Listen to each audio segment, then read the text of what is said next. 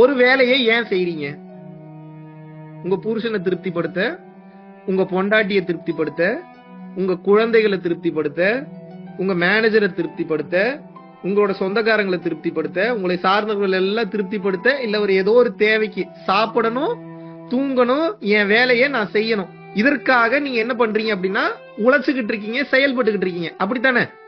ஏன் நகர்றீங்க? உங்களது நகர்வு இப்ப நான் இப்படியே இருந்துட்டேன்னா வேலை முடிஞ்சு.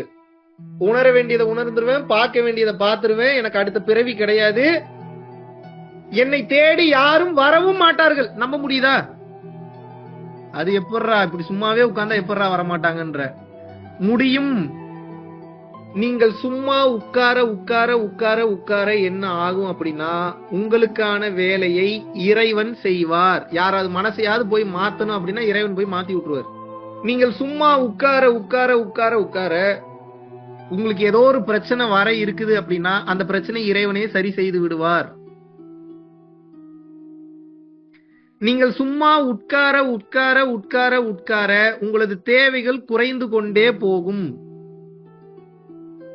நீங்கள் எப்போ அதிக நேரம் சும்மா உட்கார ஆரம்பிக்கிறீங்களோ தேவைகள் குறைந்து போகும்போது ஆசை கம்மியாகும். ஆசை கம்மியாகும் போது மனம் காணாமல் போய் ஆன்மா வேலை செய்ய ஆரம்பித்து விடும். அப்போ நீங்களும் கடவுளும் வெவ்வேறாக இருக்க மாட்டீர்கள். ஆனா இப்ப என்னன்னா மனம் பயப்படுது. ஏன் பயப்படுது? சும்மா இருந்தா என் வேலை யார் பாக்குறது? அது சும்மா உட்காந்து பார்த்தா தானே தெரியும். சும்மா இருந்தா யாரு சம்பாதிக்கிறது? சும்மா இருந்தா வீடு கட்டுறது யாரு? சும்மா இருந்தா கடனை கட்டுறது யாரு? நீங்க சும்மா உட்கார்ந்து பாருங்க, எல்லாம் தானா நடக்கும். Trust me. கம்ப்ளீட்டா சும்மா உட்காருங்கன்னு உங்களை நான் சொல்லல, நல்லா புரிஞ்சுக்கணும். கொஞ்சம் கொஞ்சமா சும்மா உட்கார்ந்து பழகுங்க, கொஞ்சம் கொஞ்சமா மிராக்கிள் நடக்கும். அந்த கொஞ்சம் கொஞ்சமா நடக்கக்கூடிய மிராக்கிள சாட்சியா வச்சுக்கிட்டு அப்புறம் கம்ப்ளீட்டா சும்மா உட்காந்துருக்கும் ஒரு கட்டத்துக்கு மேல. புரியுதா நான் சொல்றது? நானே அந்த நிலையை அடையல, அதுக்காக பாத்தீங்கன்னா அது வழி இல்லைன்னு சொல்ல மாட்டேன். கம்ப்ளீட்டா சும்மா உட்கார்ற நிலைக்கு நானே இன்னும் வரலங்க, நல்லா புரிஞ்சுக்கணும். ஆனா இது போறதுக்கு இதுதான் வழின்னு சொல்லலாம் இல்லையா? சொல்ல முடியுமா முடியாதா? இப்ப பிஹெச்டின்னு ஒரு சப்ஜெக்ட் இருக்கு அப்படின்னா பிஹெச்டின்னு ஒரு சப்ஜெக்ட் இருக்குங்க அப்படின்னு நான் சொல்றதுக்கு பிஹெச்டி படிச்சு முடிக்கணும்னு அவசியம் இல்லையே. 10வது படிக்கும் போதே சொல்லாமே பிஹெச்டின்னு ஒரு சப்ஜெக்ட் இருக்கு, அதுக்கு போனீங்கன்னா இந்த மாதிரியான கெப்பாசிட்டி வேணும், அது படிச்சீங்கன்னா இந்த மாதிரியான தெளிவுலாம் விளங்குன்னு சொல்லலாமே. சொல்ல முடியுமா முடியாதா? S or no? சோ வாய்ப்பு கிடைக்கும் போதெல்லாம் சும்மா உட்கார்ந்து பழகணும். ஒரு கட்டத்துக்கு மேல உச்சகட்ட சயின்ஸ் என்ன சொல்லுதுன்னா ப்ரொஃபஷனலா மாறிடணும். வேலை செய்யணும், ஆனால் உங்கள் மனம் சும்மா இருக்க வேண்டும். இந்த தன்மைக்கு போயிட்டீங்கன்னா ஜீவன் முக்த நிலையை அடைந்து விட்டீர்கள் என்றார். உங்களுக்கு இப்ப என்ன பிரச்சனை ஆகி போச்சு அப்படின்னா சும்மா உட்கார்ந்தா யாருங்க என் வேலையை பாக்குறது? சும்மா உட்கார்ந்தா யாருங்க என் பிரச்சனையை தீர்க்கிறது? சும்மா உட்கார்ந்தா நான் என்னங்க பண்றது? இந்த உலக இன்பங்கள் உங்களுக்கு இன்பம் கொடுப்பது போல தோன்றும், ஆனால் உலக இன்பங்கள் உங்களை படுகுழியில் தான் போய் தள்ளும். இப்ப நானும் உலகத்தை அனுபவிச்சுட்டு இருக்கேன், உலகத்தை என்ஜாய் பண்றேன், இல்லன்னு சொல்ல. ஆனா உங்களோட பெர்சன்டேஜ் ரொம்ப ரொம்ப கம்மி எனக்கு. நாளைக்கே இந்த உலகம் இல்லைனாலும், என்னை சார்ந்தவர்கள் இல்லைனாலும், என்னை சார்ந்த பொருட்கள் இல்லைனாலும் என்னால 100% ஏற்றுக்கொண்டு வாழ முடியும். ஆனால் உங்களுக்கு இருக்கக்கூடிய பிரச்சனை என்ன அப்படின்னா இல்லை என்றால் உங்களால் வாழ முடியாது. இது இருந்தா தான் வாழ்வேன், இவர் இருந்தா தான் வாழ்வேன், இந்த பொண்ணு இருந்தா தான் வாழ்வேன், என் பையன் இருந்தா தான் வாழ்வேன், என் குழந்தைகள் இருந்தாதான் வாழுவேன், இவர் சொல்றதான் கேட்பேன், வேற யார் சொல்றதையும் கேட்க மாட்டேன்னு சொல்லி கண்டிஷன்ஸ்குள்ள லாக் ஆயிட்டதுனால உங்களால் வெளியே வர முடியாமல் நீங்கள் தவித்துக் கொண்டிருக்கின்றீர்கள். புரியுதா நான் சொல்றது? ரொம்ப பெரிய சப்ஜெக்ட், எவ்வளவு சொல்லி புரிய வைக்க முடியும் தெரியல, முடிஞ்ச அளவுக்கு சொல்லி புரிய வைக்கிற, புரிஞ்சுக்குங்க.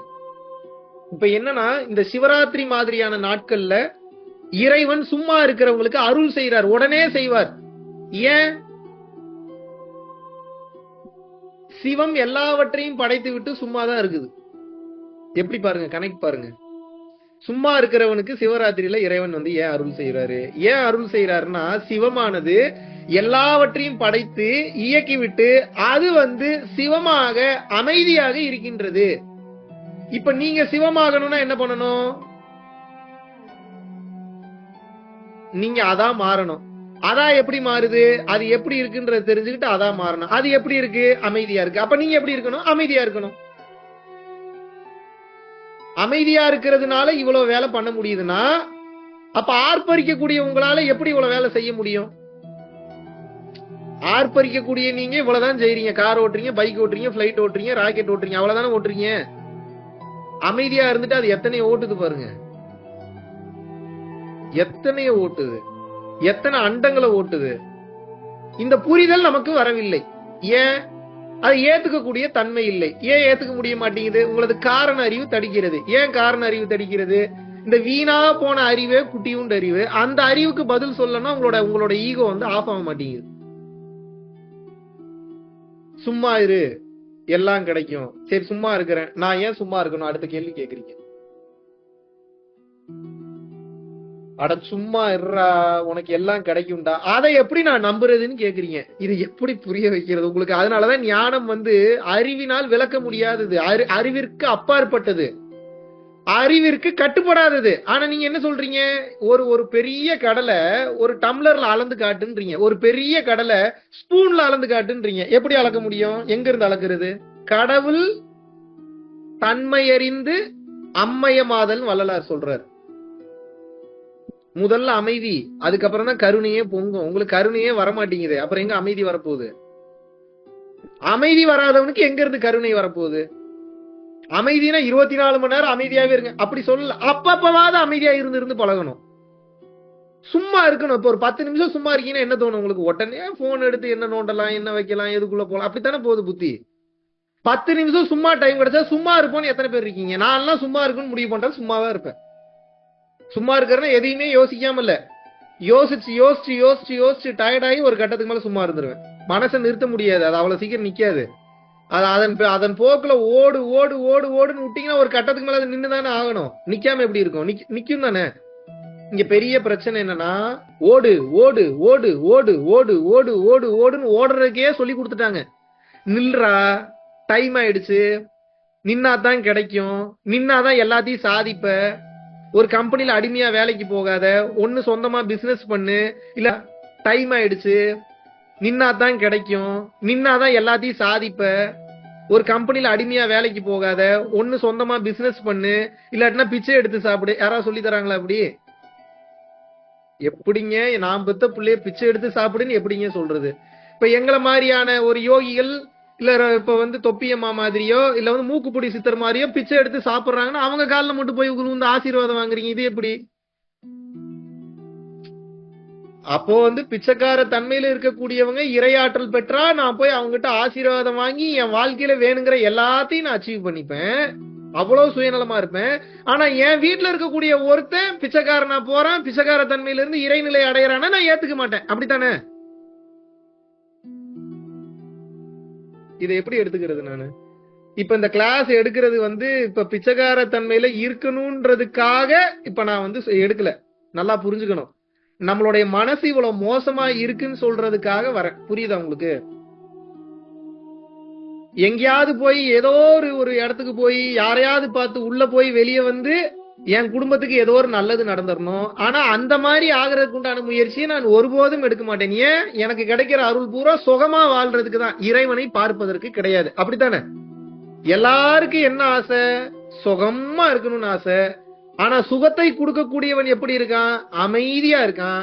அப்ப நான் சுகமா இருக்கணுமா, சுகத்தை கொடுக்கறவனாவே மாறணுமா? ஆக்சுவலா வந்த மிஷன் அதுதான், நான் சுகத்தை கொடுக்கறவனாவே மாறணும், அந்த இறை சுகத்தை கொடுக்கக்கூடியவனாகவே நான் மாற வேண்டும். அப்படித்தானே? ஆனா நான் என்ன பண்றேன்? எனக்கு சுகம் மட்டும் வேணும், இந்த ஐம்புலன்கள் அனுபவிக்கக்கூடிய அந்த சந்தோஷம் மட்டும் வேணும். ஆனா நான் அந்த இறைநிலையை அடைவதற்குண்டான ஒரு வகையான முயற்சியையும் நான் எடுக்க மாட்டேன். அப்படித்தானே? ஆனா இன்னைக்கு நீங்க எதிர்பார்க்கக்கூடிய இந்த பொருள் என்பது உலகத்திலேயே, இந்த பிரபஞ்சத்திலேயே ரொம்ப ரொம்ப பெரிய பொருள்.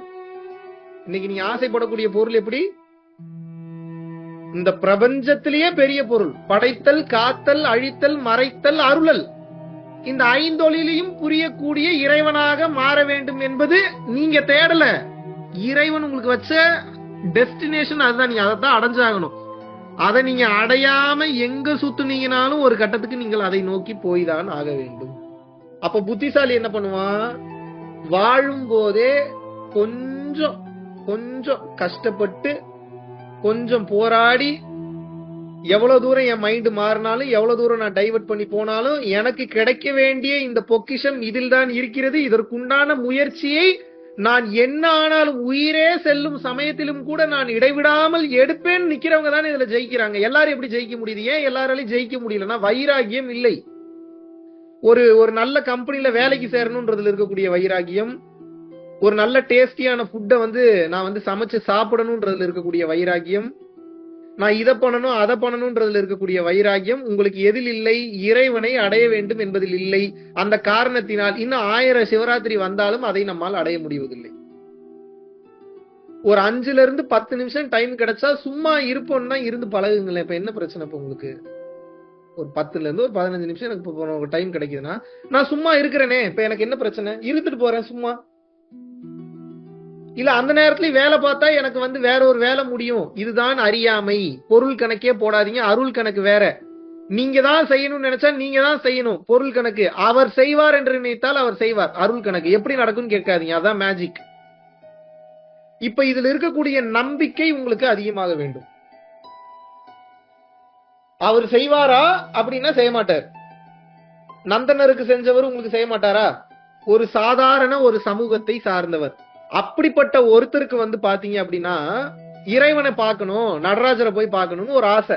உயர்ந்த ஜாதியில இருக்கக்கூடியவர் இவரை விடமாட்டார். அதே போற நீ போய் பாப்ப, இந்த நெல்லை பூமியில போட்டு அது நெற்கதிரா மாறி அந்த நெற்கதிர் அறுவடைக்கு அந்த அறுவடையில இருக்கக்கூடிய நெல்மணிகளை நீ அறுத்து போட்டுட்டு அதுக்கப்புறம் நீ போய் நடராஜரை போய் பாருங்கிறார். வேணும்னே திமிரு தானே அது.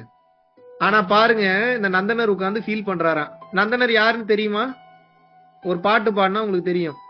என்னப்பன் அல்லவா என் தாயும் அல்லவா, பொன்னப்பன் அல்லவா பொன்னம்பலத்தவா, சொப்பனமோ எந்தன் அப்பன் திருவருள் கற்பிதமோ என்ன அற்புதம் இதுவே. இப்ப ஞாபகம் வந்துருச்சா? இந்த பாட்டு இருந்தா அந்த படம் அதான் அவர் பாடின பாட்டா படத்துல காட்டுறாங்க. அங்க என்ன நடந்தது, அந்த மேஜிக் என்ன நடந்ததுன்னு காட்டுறேன் பாருங்க.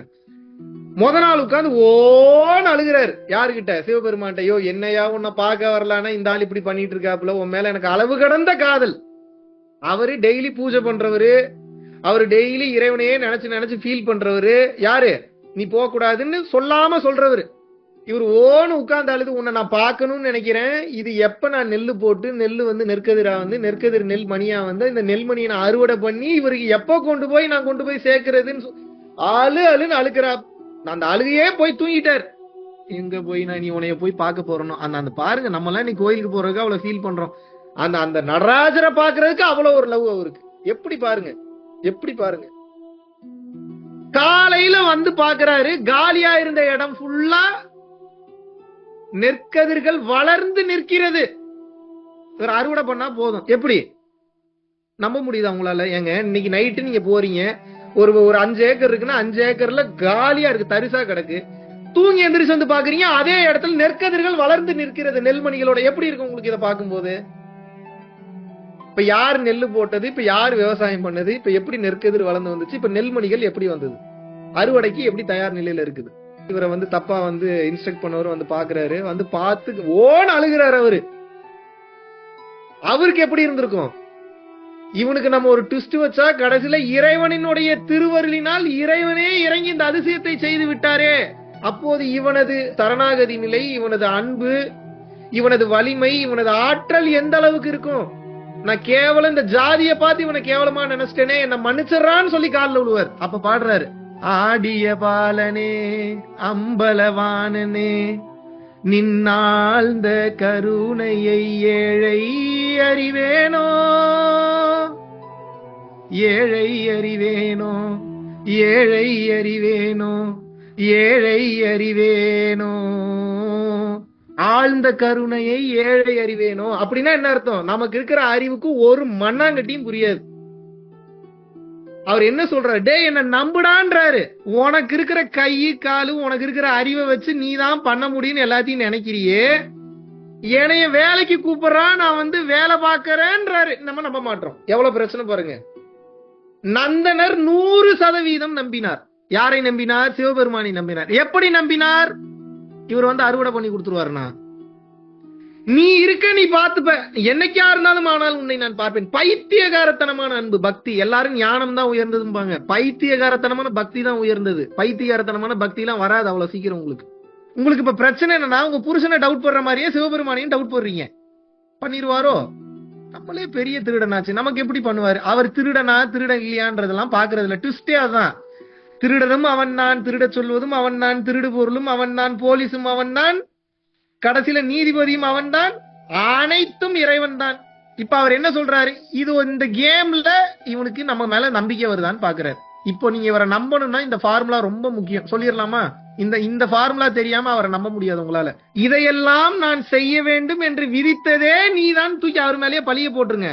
இப்ப ஈஸியா நம்பிக்கை வந்துடும். ஏன் உங்களுக்கு இறைவன் மேல நம்பிக்கை வர மாட்டேங்குது? பெரிய சீக்ரெட் சொல்லி தரேன், நல்லா புரியுங்க. ஏன் இறைவன் மேல நம்பிக்கை உங்களுக்கு வர மாட்டேங்குதுன்னா தெளிவா புரிஞ்சுக்கணும்.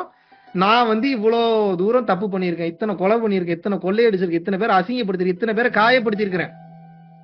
அதனால எனக்கு எப்படி இறைவன் வருவாரு? கரெக்ட் தான், வர மாட்டாருதான். ஆனா அவன் அனுமதியின்றி இங்க ஒரு அணு கூட அசையாத, இதை புரிஞ்சுக்கங்கன்ற. அப்ப எல்லாத்தையும் அவர் தான் பண்ணாரு. ஆனா இதுக்கப்புறமா அதே தப்ப பண்றேன்னு பண்ணக்கூடாது. அறம் சார்ந்த வழியில் இனிமேல் நான் தர்ம செயல்களை செய்வேன். இதை இறைவன் எனக்கு உணர்த்திய காரணத்தால் நிச்சயமாக எனக்கு இந்த அதிசயத்தை நீ செய்வாய் அப்படின்னு சொல்லி இறுக்கமா புடிச்சுக்கணும், இடைவிடாம புடிச்சுக்கணும். புளியங்கொம்ப புடிச்சீங்கன்னா எப்படி பிடிப்பீங்க? ஏங்க, ஒரு எலான் மஸ்க் உங்க எழுத்து வீட்டுக்காரரு உங்களுக்காக எல்லாத்தையும் பண்றேன்னாவே உங்களுடைய கெத்து, உங்க திமிரு எப்படி இருக்கும்? எலான் மஸ்க் நமக்கு என்னெல்லாம் செய்யறாரு, அடேங்கப்பா, இவ்வளவு பெரிய கோடி. ஒரு எலான் மஸ்க் மேல வரக்கூடிய நம்பிக்கை, சகலத்தையும் படைத்து காத்து அருளி அழித்து பஞ்சபூதங்களை நிறுவி 9 பிளானட்ஸை வச்சு ஆழ்வழி அண்டத்தை படைச்சு இன்னும் பல்வேறு அண்டங்களை படைத்து வழி நடத்தி கொண்டிருக்கக்கூடிய இறைவன், முதலும் இல்லாது முடிவும் இல்லாது பறந்து விரிந்து சென்று கொண்டே இருக்கக்கூடிய இந்த இறைவன் எப்படி?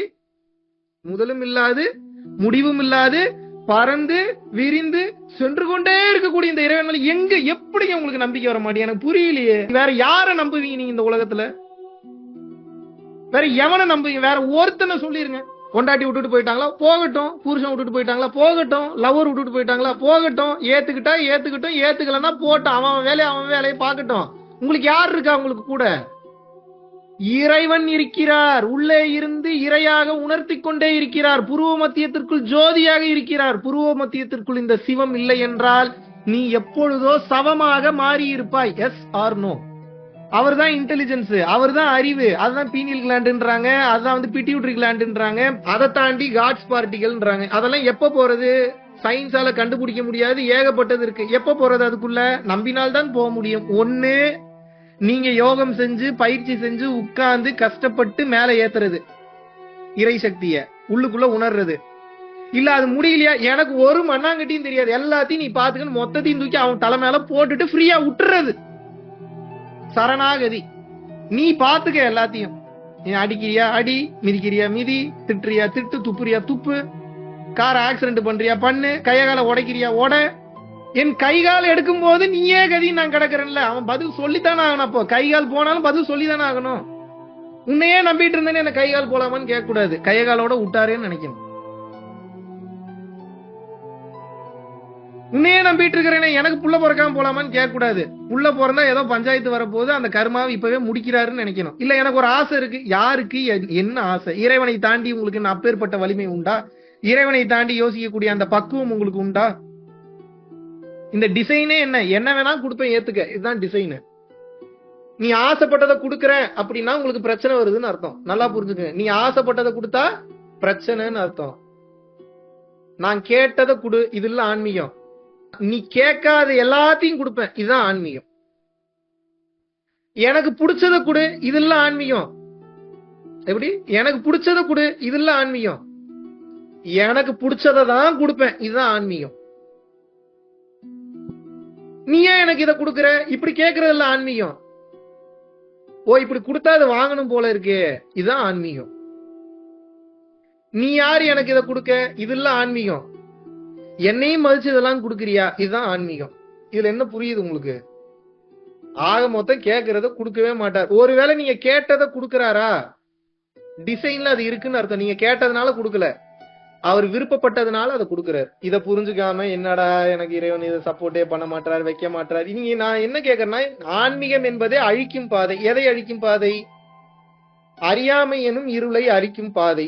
அப்ப அறியாமை எனும் இருள் என்றது விலகுதோ, எப்ப விலகுதோ அப்பதான் ஞானம் எனும் ஒளி வந்து உள்ளுக்குள்ள இருந்து சுடராக எரியும். உள்ள எரியும் போது எப்படி தாங்குவீங்க?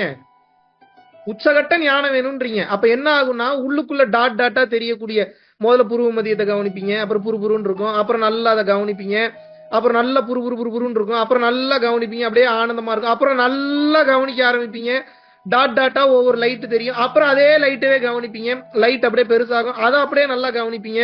இந்த விளக்கு தியானமோ சூரிய யோகமோ பண்ண பண்ண அந்த அந்த அந்த விளக்கு அப்படியே பெருசாகும், அப்படியே பெருசாகும், அப்படியே பெருசாகும். கவனிக்க கவனிக்க கவனிக்க கவனிக்க உள்ளுக்குள்ள சுடர் பிரகாசமாக கொழுந்து விட்டு எரியும். என்ன பண்ணுவீங்க? உடம்பு எப்படி தாங்கும்? ஒன்ஸ் அப்புறம் அது பிரகாசமா எரிய ஆரம்பிச்சிருச்சுன்னா 1 2 குட்டி போடும், 2 குட்டி 3 குட்டி போடும். அப்படின்னா என்ன? இங்க இருந்து ஒண்ணு வெளியே போகும், உள்ளுக்குள்ள ஒண்ணு வச்சுட்டு போகும். அப்ப இந்த பாடி இருக்கும், அது வெளியே போய் எல்லாத்தையும் பார்த்துட்டு வந்துடும். ஆகாய பிரவேசம். உள்ளுக்குள்ள வளருது, ஜோதியின் பிரகாசம் பெருசாகுது. ஜோதியின் பிரகாசம் பெருசாக பெருசாக அது குட்டி போடுறது எப்படின்னு தெரியும், 2 3 ஆக்குறது எப்படின்னு தெரியும், 3 4 ஆக்குறது எப்படின்னு தெரியும், 4 மறுபடியும் 1 ஆக்குறது எப்படின்னு தெரியும். ஒரு ஃபயர்ல இருந்து பிரிஞ்சு போற ஃபயர் தானே. அப்புறம் இந்த உடலை உயிரா வச்சிருக்கிறதுக்கு உள்ளுக்குள்ள ஒரு ஃபயரை வச்சுட்டு இதோடைய டூப்ளிகேட், இதோட ஜெராக்ஸ் ஊரெல்லாம் சுத்திட்டு வந்துடும். குழந்தை வளர்ந்து பெரிய ஆள் ஆயிட்டான்னு அர்த்தம். முதல்ல உள்ளுக்குள்ள இருக்கிறான், ஆசை என்பது இருள் மூடி இருக்குது. ஒரு கட்டத்துக்கு மேல பயிற்சி பண்ணி பயிற்சி பண்ணி பயிற்சி பண்ணி பயிற்சி பண்ணி அப்புறம் அது வெளியே வர ஆரம்பிச்சிருச்சு அப்படின்னா வேறு ஒரு உடலாகவும் மாறும், வேறு ஒரு உருவமாக மாறும். அட்டமா சித்துக்கள் இதுக்கு பேரு தான். ஒரு கட்டத்துக்கு மேல என்ன ஆகும்? வேற ஒரு உடம்புக்குள்ள போனா போகும், அங்க போய் நல்லது பண்ணுனா பண்ணும். நீங்க நினைக்க வேணாம், அது நினைக்காதுக்கு அப்புறம் எல்லாத்தையும். அப்புறம் உட்கார்ந்த இடத்துல இருந்து ப்ளூட்டோக்கு போனோம்னா அப்படின்றதுக்குள்ள போயிடும். இன்னும் பயிற்சி பண்ண பண்ண பண்ண பண்ண அதோட டென்சிட்டி அதிகமாக அதிகமாக சித்துக்கள் அதிகமாக கைகூடும். வேற வேற அண்டங்களுக்கு போவீங்க, வேற வேற உயிரினங்களை பார்ப்பீங்க, அதுக்கு அருள் செய்யறதுன்னா அதுக்கு அருள் செய்வீங்க. கேப்டன் மார்வல் மாதிரி ஊரையே சுத்திட்டு வந்துருக்கீங்க. இப்ப நான் பேசுறது பூரா லூஸ் மாதிரி தான் தெரியும். என்ன பண்றது? என்ன மாதிரி பேசுறவங்கள பூரா லூசுன்னு தான் சொல்றாங்க. என்ன இப்ப நீங்க எதை யோசிக்கணும்னா, எப்படி உள்ளுக்குள்ள எரியறத நல்ல பிரகாசமா சுடர் விட்டு எப்படி எரிய செய்வது. இப்ப உங்களுடைய நோக்கம் இப்ப இதா மட்டும்தான் இருக்கணும். சொல்லிடலாமா எப்படி எல்லாம் பிரகாசமா எரிய வைக்கிறதுன்னு? எழுதி வச்சிருங்க. ரொம்ப ரொம்ப மெயினான பாயிண்ட். ஆல்ரெடி எல்லா இடத்துலயும் சொல்லிட்டேன், இருந்தாலும் மறுபடியும் சொல்றேன். முதல்ல ரெகுலராக பண்ணக்கூடிய பரம்பொருள் யோகம் அல்லது எந்த வகையான யோக பயிற்சிகளாக இருந்தாலும் சரி. ஏன் பரம்பொருள் யோகம் ஃபர்ஸ்ட் பிரெஃபரன்ஸ்னா, அதுல பல்வேறு வகையான யோக முறைகளுடைய கலவை இருப்பதனால் அது மிகவும் சக்தி வாய்ந்தது என்று கூறுகிறேன். முதல்ல பரம்பொருள் யோகம் அலாங் வித் விளக்கு தியானம். ஏன் அப்படின்னா, இப்ப விளக்க பார்த்துக்கிட்டே இருக்கீங்க, அந்த ஃபயர் அப்ப என்ன ஆகும்? இங்க காப்பி ஆகுமா ஆகாதா? அந்த விளக்கோட ஒளி இங்க இம்ப்ரெஷன் வருமா வராதா? அப்ப அந்த விளக்கினுடைய அந்த இம்ப்ரெஷன் இங்க வர வர வர வர வர வர வர வர உள்ளுக்குள்ள இருக்கிறது ஃபயர் ஆகும். புரியுதா நான் சொல்றது? காலையில 7 மணிக்குள்ள இருக்கக்கூடிய சூரியனை 3ல இருந்து 4 நிமிஷம் வெறும் புருவ மத்தியத்துல பாத்தீங்கன்னாவே, கண்ணை திறந்து கொண்டு பார்க்கணும். 7 மணிக்கு மேல இருக்கக்கூடிய சூரியனை பார்க்க கூடாது. காலை சூரியனை நீங்கள் புருவ மத்தியத்தில் ஆழமாக பார்க்கும் போது, அல்லது மாலை சூரியன்னா 6 மணிக்கு மேல, சூரிய அஸ்தமனத்துக்கு மேல, புற ஊதா கதிர்கள் அல்ட்ரா வயலட் ரேஸ் அதிகமா இல்லாத நேரத்துல 3ல இருந்து 5 நிமிஷம் மேக்சிமம் பாத்தீங்கன்னா மூக்குல இருந்து தண்ணி ஊத்தும், காது ஓபன் ஆகும். ஒரு கட்டத்துக்கு மேல சூரியன் பல சூரியனாக தெரிய ஆரம்பிக்கும். நீங்க அப்புறம் பாருங்க உள்ளுக்குள்ள ஒளி பிரகாசமாகும். இப்படியும் ஹீட்டை ஏற்றி அதிகப்படுத்தலாம். தினசரி நீங்கள் கொடுக்கக்கூடிய அன்னதானம், தினசரி ஒவ்வொருத்தருக்காக சாப்பாடு வாங்கி கொடுத்தீங்கன்னா, ஒருத்தருக்காக டெய்லி சாப்பாடு வாங்கி கொடுத்தீங்கன்னா உள்ளுக்குள் இருக்கக்கூடிய ஒளி அதிகமாகும். அது எப்படா அதிகமாகும்? ப்ரூவ் பண்ணிடலாமா? உண்டி கொடுத்தோர் உயிர் கொடுத்தோர்னு சொல்றாங்க. அப்படின்னா என்ன? சாப்பாடு கொடுத்தவன் உயிரே கொடுத்ததுக்கு சமம்னு அர்த்தம். உயிர்னா எது? ஒளி. ஒளினா எது? ஆன்மா. அப்போ ஒருத்தனுடைய ஆன்மாவை செத்து போகாம சாப்பாடு கொடுத்து பாதுகாக்கிறீங்க, அப்படித்தானே? பிரபஞ்சத்தினுடைய விதி என்ன? ஒரு முறை கொடுத்தால் பல மடங்கு திருப்பி கொடுக்கும். இப்ப நீங்க உயிரை கொடுத்துட்டீங்க, இப்ப அது எதை பல மடங்கு திருப்பி கொடுக்கும்? Simple calculation. இதுக்கெல்லாம் பெரிய தியரி போடணுமா? எதை கொடுக்குறியோ அதை பல மடங்கு பெற. அப்புறம் உணவு கொடுக்குற, உணவு கொடுக்கும் போது என்ன ஆகுது பாருங்க. நான் மெடிடேஷன் கூட 24 மணி நேரம் மெடிடேஷன் இருக்கேன், நான் இல்லைன்னு சொல்ல. உட்கார்ந்து நான் பண்ணக்கூடிய டைம் ரொம்ப கம்மி. ஆனா எதுல மேட்ச் பண்றேன்? அன்னதானம் கொடுத்து மேட்ச் பண்ணிடுறேன். இதான் ஹேக். வள்ளலார் சொல்றாரு, எவ்வித தந்திரத்திலாவது உனது நெற்றிக்கண்ணை திறந்து கொள்ளுங்கிறாரு. அப்ப டெக்னிக்கை கரெக்டா ஃபாலோ பண்ணணும்ல. பொழைக்கிற புள்ள பண்ணணுமா பண்ணக்கூடாதா? அப்ப பாருங்க, பயிற்சி பண்றோம், அன்னதானம் கொடுக்கறோம், தர்ம செயல்களை பேசுறோம், நல்லதை செய்யறோம், காசு கொடுக்கறேன், பொருளை கொடுக்கறேன், அறிவை கொடுக்கறேன், தானக்கு தர்மம் பண்றேன், ஞானத்தை கொடுக்கறேன் இறையொருளால, என்ன எதை பார்த்தாலும் கொடுக்கறேன். இப்ப என்ன ஆகும்? ஆக்சுவலா சுயநலம் தான் ஒரு கட்டத்துக்கு மேல. எனது ஆன்மா கரை தேறுது இல்ல. புத்திசாலி என்ன பண்ணுவான்? ஆன்ம சக்தியை ஏத்திக்கிட்டே இருப்பான். எவன் என்ன சொன்னாலும் கேட்க மாட்டான். ஒரு நாளைக்கு சும்மாவாது யாராவது ஒருத்தருக்கு ஏதோ ஒண்ணு கொடுத்துடணும். அறிவாகவோ, பொருளாகவோ, தானமாகவோ, அரிசியாகவோ, ஏதோ ஒண்ணு. நான் பாரு குண்டக்க மண்டக்க iPhone, TV, fridge, washing machine, pocket டவுசர் போட்டுருந்தா அதை கூட அவுத்து கொடுத்துருவோம். போடா எடுத்துட்டு போடா, நல்லா நான் வேற பேண்ட் எடுத்து மாட்டிப்பேன். போடா வச்சுக்கடா, நல்லா போடா. நாளை பின்ன டவுசர் இல்லாம எங்கேயும் கஷ்டப்பட்டுற கூடாது. இது எதிர்பார்ப்பல்ல. ஒரு கட்டத்துக்கு மேல எதிர்பார்த்து பண்ணாலும் கூட ஒரு கட்டத்துக்கு மேல கொடுத்து கொடுத்து கொடுத்து கொடுத்து கொடுத்து கொடுத்து கரங்கள் சிவந்து ஒரு கட்டத்திற்கு மேல் கர்ணனோட பெரிய நிலைக்கு போயிருவீங்க. கர்ணனுக்கு கொடுக்கும் குணம் பிறவியில் கிடையாது. கர்ணன் தான் பட்ட இன்னல்களின் காரணத்தினால், தான் பட்ட கஷ்டங்களின் காரணத்தினால், தான் பட்ட அவஸ்தைகளின் காரணமாக ஒரு காலகட்டத்திற்கு மேல் கொடுத்து கொடுத்து கொடுக்கும் தன்மையை வளர்த்து கொண்டார். இப்ப சொல்லுங்க, நீங்க கர்ணன் ஆக முடியுமா? முடியாதா? இங்க பாருங்க, உண்மையான டெபாசிட் எதுனா இங்க சேர்க்கக்கூடிய டெபாசிட் தான். இங்க சேர்க்கக்கூடிய டெபாசிட் இல்ல, அக்கவுண்ட்ல சேர்க்கக்கூடிய டெபாசிட் இல்ல. உண்மையான டெபாசிட் எது? இங்க சேர்க்கக்கூடிய டெபாசிட். எங்க சேர்க்கக்கூடிய டெபாசிட்? இங்க சேர்க்கக்கூடிய டெபாசிட். நான் ரொம்ப தெளிவா இங்க டெபாசிட்டை சேர்த்துக்கிட்டே வரேன்.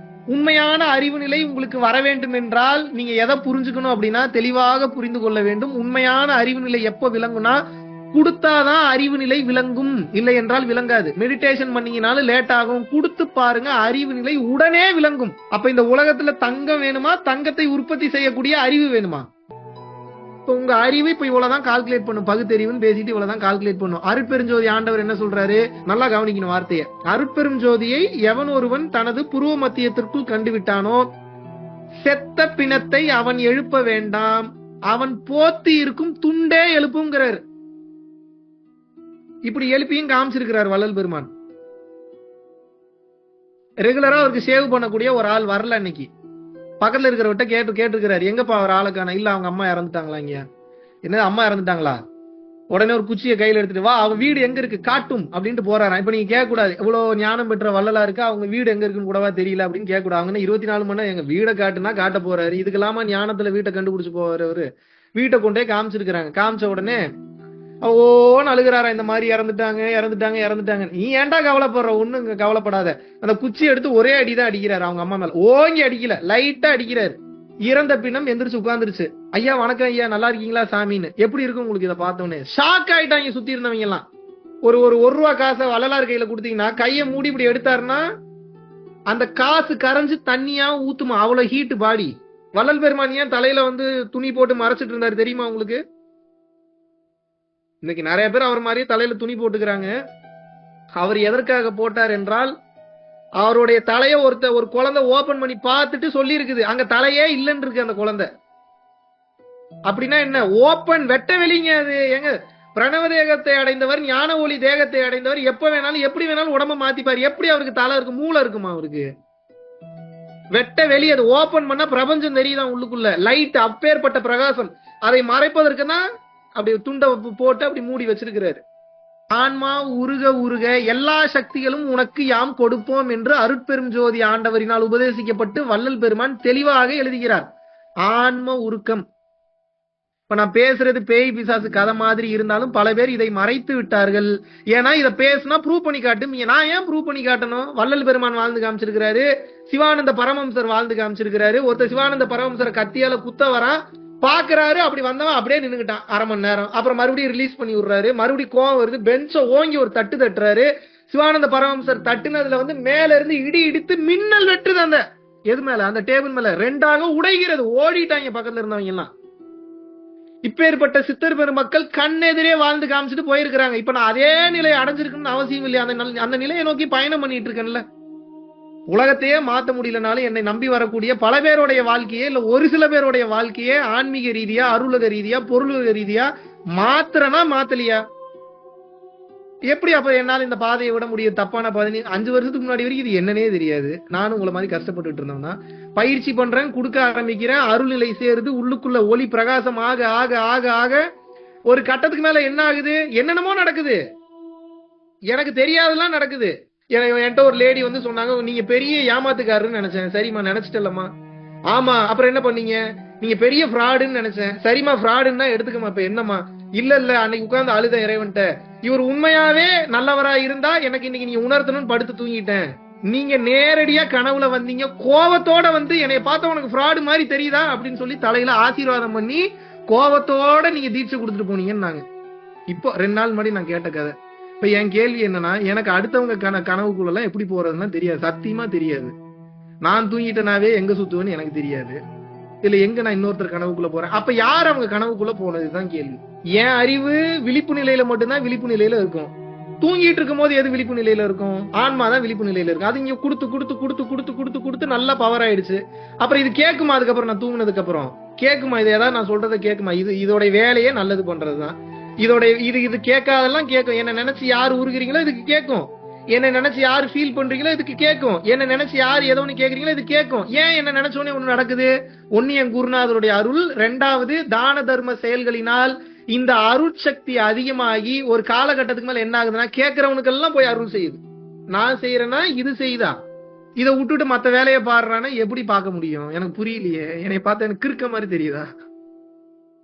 உங்களால பண்ண முடியாத விஷயத்தெல்லாம் இறைவன் வந்து பண்ண வைக்க. இதை லைவ் ப்ரூஃபா காட்டுனா இறைவனுடைய பியூட்டியா நான் காட்ட மாட்டார். அப்படி லைவ் எல்லாம் காட்ட மாட்டார். நம்புறவனுக்கு மட்டும் தான் காட்டார். நான் எதுக்குடா உனக்கு காட்டணுங்கிறாரு. அவர் வேலையே மறைஞ்சு ஒளிஞ்சிருக்கிறது.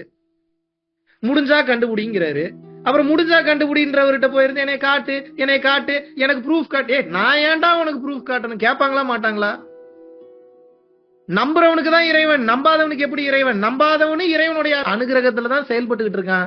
இன்னும் அவனுக்கு டைம் வரலன்னு. இது ரொம்ப பெரிய மேட்டருங்க. இது போச்சுன்னா போய்கிட்டே இருக்கும். ஆனா அது ரொம்ப மாயாஜாலம் மாதிரி போயிடும். அதனாலதான் முதல்ல பயிற்சி செய்யுங்க. நான் இத்தனை டைம் சொல்றதுக்கு காரணம் என்ன?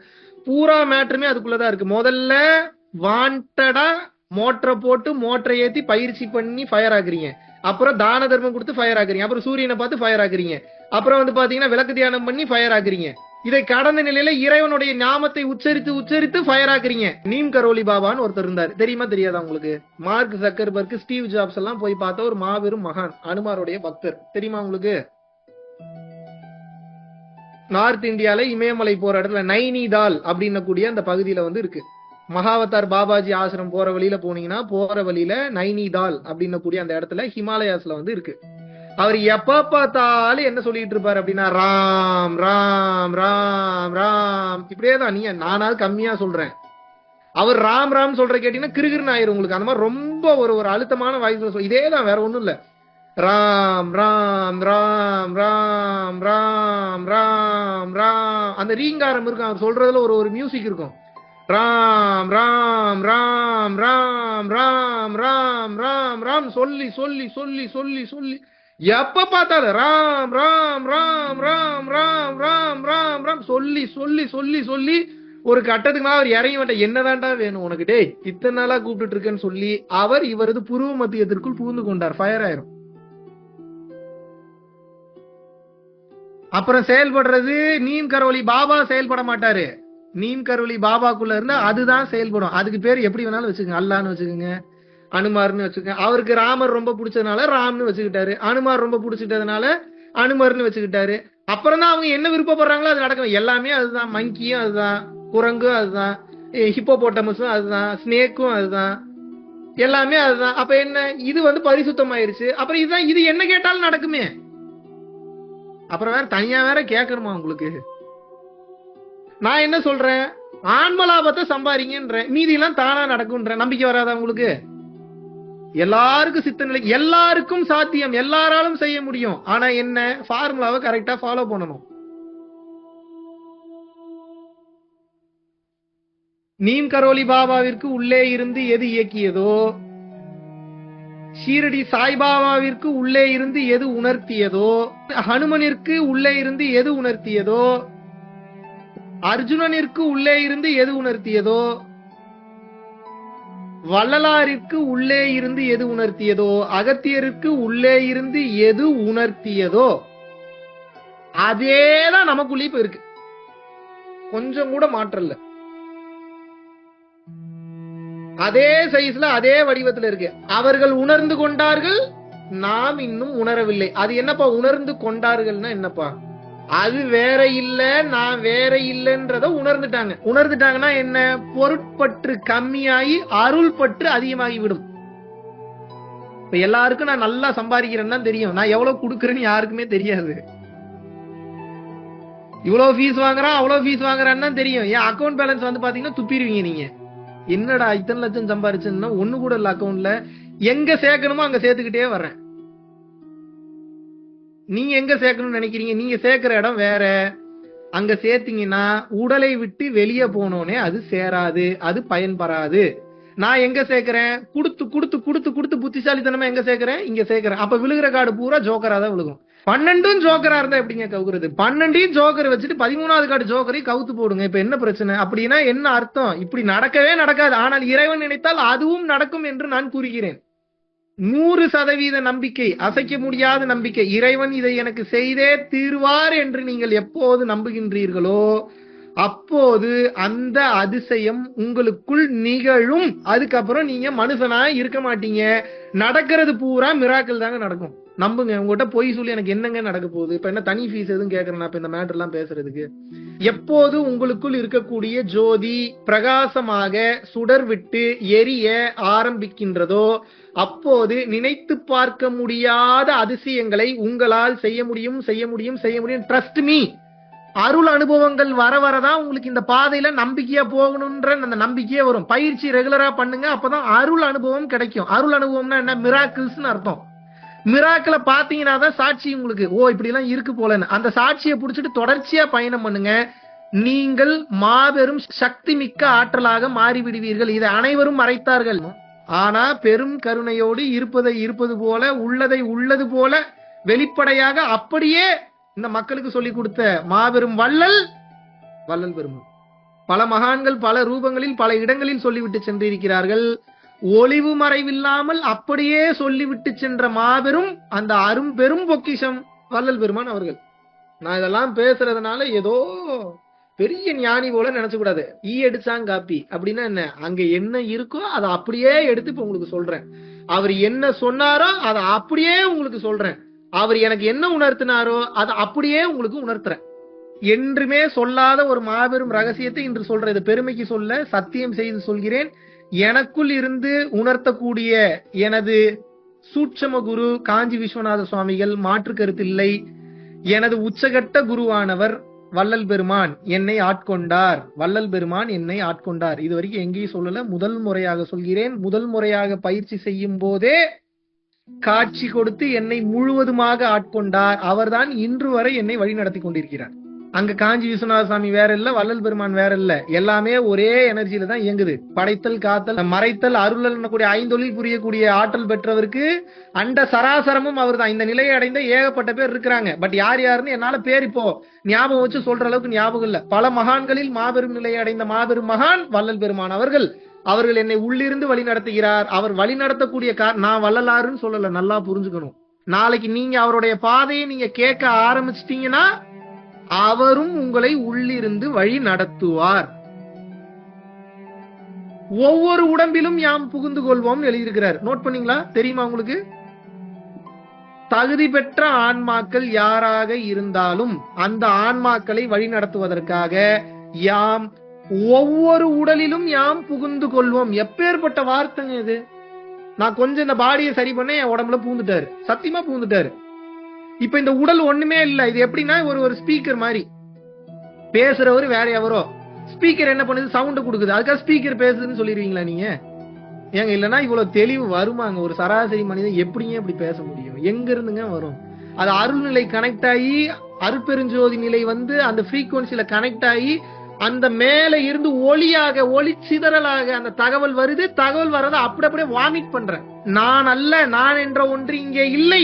இந்த வெறும் உடல், உள்ளே இருக்கக்கூடிய ஆற்றல் இந்த உடல் வழியாக, இந்த வாய் வழியாக முத்து சிதறலாக வார்த்தைகளாக வெளிப்படுகிறது. ஆனால் இந்த கருணை வள்ளல் பெருமானின் கருணை. இந்த சிவராத்திரி இந்த கிளாஸ் நான் உங்களுக்கு எடுக்கிறேன்னா இது என் கருணை அல்ல. இதை நீ செய்யலனா உன்னைய கொன்றுவன் என்னை மிரட்டி வச்சிருக்காங்க. வேற வழி இல்ல, நான் செஞ்சுதான் ஆகணும். இந்த பிரபஞ்சத்தில், இந்த யுகத்தில், இந்த நேரத்தில், இந்த நாளில், இந்த மணி, இந்த நொடி, இந்த க்ஷணம், இந்த வார்த்தை உங்களது செவிகளுக்கு வந்து சேர வேண்டும் என்பது நான் சொன்னதல்ல. இறைவன் இந்த உடலை இயக்கி சொல்கிறார். அருட்பெரும் ஜோதி ஆண்டவர் என்னை முழுவதுமாக ஆட்கொண்டு, அதுக்காக ஐந்தொழில் புரியக்கூடிய ஆற்றல் கிடைக்குமா தெரியல. கிடைச்சிருச்சுன்னா சந்தோஷம், கிடைக்கலன்னா இந்த வாய்ப்பையாவது கொடுத்தாரேன்னு சொல்லிட்டு அவரோட திருப்பாதங்களில் சரணாகதி அடைந்து செத்து விடுவேன். வேலை ரொம்ப பெரிய வேலை, எவ்வளவு தூரம் ரீச் ஆவான்னு தெரியல, ஜெயிப்பனான்னு தெரியல. எனக்கு தெரிஞ்சதெல்லாம் ஒன்னே ஒண்ணுதான், தப்பாவும் போவேன், சில நேரத்துல சரியாவும் போவேன், சில நேரத்துல மிஸ்டேக் பண்ணுவேன், சில நேரத்துல மாத்துவேன், சில நேரத்துல மாற மாட்டேன், சில நேரத்துல அடிபடுவேன், சில நேரத்துல மிதிபடுவேன். ஆனா ஒண்ணு மட்டும் எனக்கு தெரியும், என்ன, எதா இருந்தாலும் நீ தான் பாத்துக்கணும், பாத்துக்க, இதுக்கு எனக்கு சம்பந்தம் இல்ல. இந்த ஸ்டாண்ட்ல நான் ரொம்ப கரெக்டா இருக்கேன். நான் மறுபடியும் சொல்றேன், நான் வள்ளலார் அல்ல, நான் வள்ளலார் அல்ல. பல்வேறு உடல்களை வள்ளல் பெருமான் இந்த உடலை ஆட்கொண்டது போல இந்த பூமியில பல்வேறு உடல்களை ஆட்கொண்டுள்ளார். வள்ளல் பெருமானும் ஜீசஸும் வேற வேற இல்ல, வள்ளல் பெருமானும் நபிகள் நாயகமும் வேற வேற இல்ல. அனைத்தும் ஒன்றுதான், அனைத்தும் ஒன்றுதான். பிற உயிர் நல்லா இருக்கணும்னு யாரெல்லாம் நினைச்சிட்டாங்களோ அவங்க எல்லாம் இறைவனுங்க. தன் உயிர் தானற பெற்றான ஏனைய மண்ணுயிரெல்லாம் தொழும். அப்படின்னா என்ன, தான் தனக்கு தான் வீடு தான் பொண்டாட்டி தான் வாசல் தான் குழந்தைன்னு வாழக்கூடிய ஒருத்தன் எப்போது அந்த அகங்காரம் நீங்கி எல்லாம் என் உயிர்கள் தான், எல்லா உயிர்களுக்கு என்னால முடிந்த சேவையை நான் செய்கிறேன் சொல்லி தன்னலம் கருதாமல் எந்த ஒரு உயிர் வாழ ஆரம்பிக்கிறதோ, சுயநலம் கடந்து பொதுநலத்தில் வாழ ஆரம்பிக்கும், அந்த ஒரு உயிரை இந்த உலகத்தில் உள்ள உயிர்கள் எல்லாம் கடவுளாகவே பார்க்கும்னு நான் சொல்லலைங்க, திருவள்ளுவர் சொல்றார். அற்ப சுகங்களுக்கு ஆசைப்பட்டு உயிரை விட்டுறாதீங்கன்னு சொல்றேன். பெரிய சுகத்துக்கு ஆசைப்படுங்க, நினைத்து பார்க்க முடியாத ஆற்றலை பெற முடியும், பேர் அனுபவங்களை பெற முடியும். தெளிவாளுகிறார் திருவருட்பால, அற்ப சித்துக்களுக்கு ஆசைப்பட்டு இந்த உயிரை விட்டு விடாதீர்கள். நீங்கள் அடைய வேண்டிய பெரிய பொக்கிஷம் இருக்கிறது, அது பேராற்றல், அது பெரும் கருணை, அது மாபெரும் சக்தி. அதை அடையிறது கொஞ்சம் போராடுங்கன்றாரு. என்னை போல பல உயிர்களை உலகெங்கும் இறைவன் உருவாக்கியுள்ளார். நல்லா புரிஞ்சுங்க, Mahavishnu is not only one person. உலகத்தில் ஒவ்வொரு மூலைகளிலும் இருக்கக்கூடிய உயிர்களுக்கு தெளிவு கொடுப்பதற்காக அந்தந்த ஊரு, அந்தந்த நாள், அந்தந்த நட்சத்திரம், அந்தந்த மக்கள், அந்தந்த லாங்குவேஜுக்கு தகுந்தாற் போல அங்கங்கே இருக்கக்கூடிய உடம்பினுள் இறைவன் உட்புகுந்து வழி நடத்துகிறார். இதுக்கு மேல உங்களுக்கு என்னத்தை தான் சொல்றது, எல்லாத்தையும் சொல்லிட்டேன்.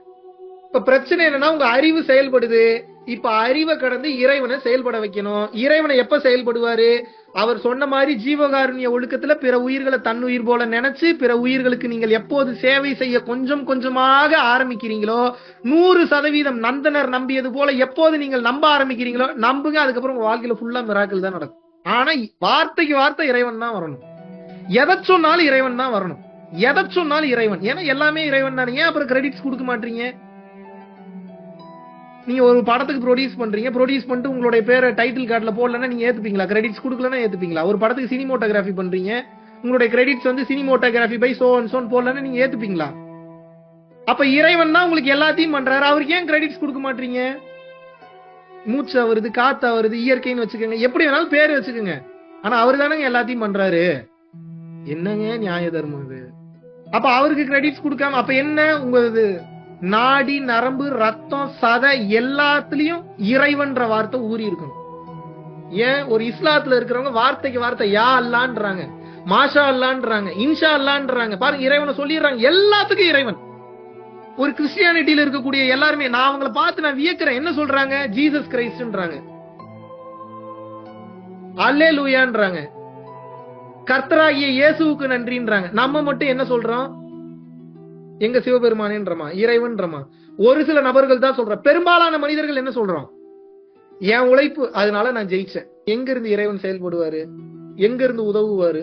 பகுத்தறிவு சரிதான், ஆனால் பகுத்தறிவு கொடுத்ததே இறைவன் தான். அந்த இறைவன்ற வார்த்தை ஏன் வர மாட்டேங்குது? பகுத்த அறிவுனா என்ன? பகுத்து ஆராயும் அறிவிற்கு பெயர் பகுத்தறிவு. Yes or no? அப்ப பகுத்து ஆராயும் அறிவு உச்சகட்டம் பெற்றிருந்தா எப்படி சொல்லும்? செல்கள் உடலை இயக்குகிறது, செல்களை யார் இயக்குகிறது? இதான பகுத்தறிவு. நல்லா புரிஞ்சுக்கணும். நிக்கோலா டெஸ்லாவே வந்து சொல்லிட்டு போயிட்டாரு. 5th சால்வே கான்ஃபரன்ஸ் பெல்ஜியம்ல வந்து பாத்தீங்கன்னா பெரிய பெரிய சயின்டிஸ்ட் சொல்லிட்டு போயிட்டாங்க. நம்ம எல்லாம் அணுக்கொள்கையை பத்தி மட்டும் தான் பேசணும், ஆட்டம்ஸை பத்தி பேசணும். ஆட்டம்ஸை யார் இயக்குறதுன்றத பத்தி நம்ம பேசவே இல்லை. ஆனா நமக்கு தெரிஞ்சிருக்கு, நம்ம பேசல. அப்ப அது நம்மளுடைய சுயநலம் தானே, அது நம்ம அகங்காரம் தானே, அது நம்ம ஈகோ தானே எல்லாரும் கிளாப் பண்ணாங்க. ஏன் நம்ம பகுத்தறிவு அதை பேச தயங்குகிறது? மத போதகர்கள் 1000 சொல்லட்டும், மதம் 1000 சொல்லட்டும், நம்ம ஒன்னே ஒண்ணு மட்டும் இருக்குமா புடிச்சுப்போம். நாம் படைக்கப்பட்டோம் என்றால் படைத்தவன் யார்? அவனுக்கு பேர் எப்படி வேணாலும் வச்சுக்கோங்க, இயற்கைன்னு வச்சுக்கோங்க, இறைவன் வச்சுக்கோங்க, சிவம்னு வச்சுக்கோங்க, பெருமாள்னு வச்சுக்கோங்க, கிருஷ்ணர்னு வச்சுக்கோங்க. படைத்தது யார்? எதை அதிகமா சொல்றீங்களோ அங்க இருந்து எனர்ஜி பாஸ் ஆகும். நான் தான் பண்றேன்னா உங்க லெவல் தான் எனர்ஜி வேலை செய்யும். இறைவன் தான் பண்றாருன்னா அந்த எனர்ஜிக்கு அளவு இருக்கா? அது அருட்பேராற்றல். அது எவ்வளவு அள்ளுனாலும் தீராதது. அது அல்ல அல்ல குறையாதது. அது அப்ப வார்த்தைக்கு வார்த்தை இறைவன் இறைவன் சொன்னா நீங்கள் பாதுகாக்கப்படுவீர்களா? கர்ம வினைகள் அழியுமா? வார்த்தைக்கு வார்த்தை என் உழைப்பு நான் பண்ண எல்லாம் என்னாலதான் ஆச்சுன்னா உங்களுக்கு கர்ம வினை அழியுமா? முதல்ல இதை நம்ம உணரணும். இதை நம்ம உணர்ந்ததுக்கு அப்புறம் தைரியமா நம்ம பிள்ளைங்களுக்கு சொல்லி கொடுக்கறதுக்கு தைரியம் வரணும். அதுக்கு தைரியம் இருக்கா உங்களுக்கு? ஆர்டிபிஷியல் இன்டெலிஜென்ஸ் பண்றான்றீங்க. நல்ல ஒரு லாயரா மாறிட்டா அடிஷனல் பேப்பர் சிஎல்பி மாதிரி வேற ஏதாவது எக்ஸ்ட்ரா பேப்பர் படின்றீங்க. நல்ல ஒரு பினான்ஸ் ஏதாவது ஒரு படிச்சுட்டா அடிஷனலா வேற ஏதாவது ஒரு பேப்பர், ஏன்னா அப்பதான் அதிக சம்பளம் கிடைக்குமா?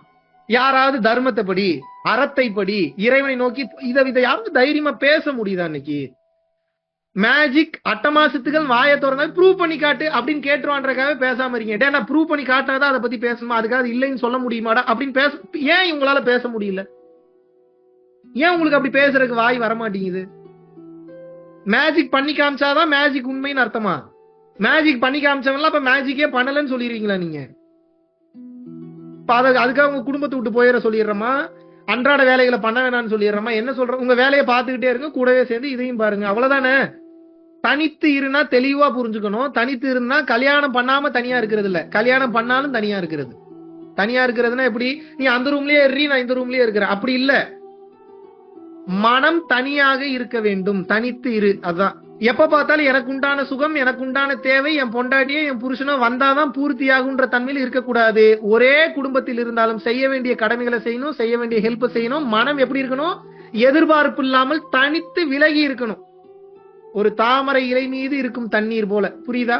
இறுதியாக உங்களிடம் இந்த சிவராத்திரி என்று நான் சொல்லிக்கொள்ள விரும்புவது ஒன்றே ஒன்றுதான். என்ன? நான் தாங்க வேலை செய்யணும்னா நீங்க தான் செய்யணும் காலம் ஃபுல்லா. அவன் எனக்காக செய்வாங்க, எனக்கு 100% நம்பிக்கை இருக்குன்னு உங்க வேலையை பாருங்க. பெரிய பெரிய மேட்டர்லாம் அவர் பண்ணுவார். இப்ப இதுக்கு நம்பிக்கை வேணும். கொடுத்து இதை பவர் பண்ணணும். இதை பவர் பண்ண சக்தி வாய்ந்த ஆற்றலாக மாறிவிடுவீர்கள். குரு கடாட்சம் நல்லதே நடக்கும்.